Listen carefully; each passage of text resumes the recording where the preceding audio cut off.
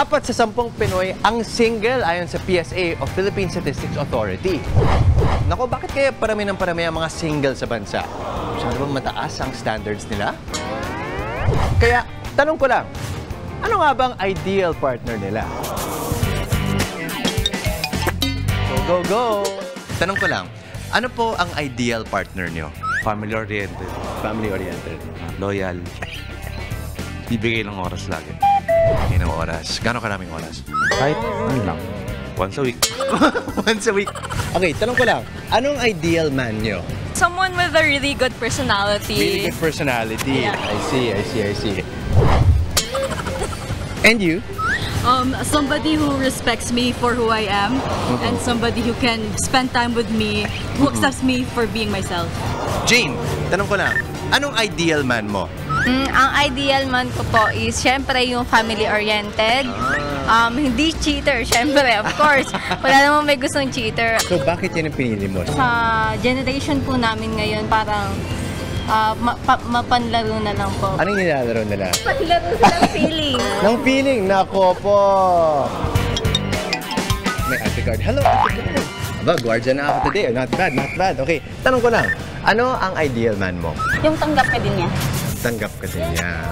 Anong kailangan niya tanggapin? Like me, single mother ka, tapos may anak ka, di ba?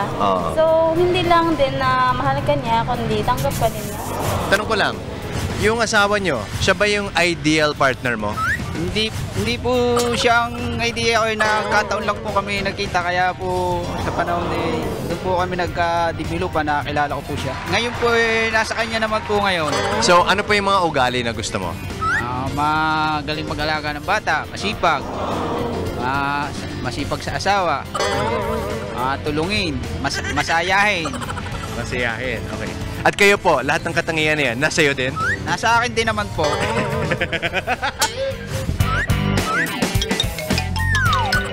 Hello po, ate. Hi, tanong ko lang, anong ideal man mo? Family-oriented po, handsome siya. Alam na ang sagot, agad-agad ah. Bakit? Family-oriented po kasi doon ko po makikita kung kaya niyang tumayo bilang father. So sa tingin mo, itong ideal man na to, saan siya ngayon? North America po. North America. Oh, sige, mag-i-English na tayo. So, why do you think that this man is in North America?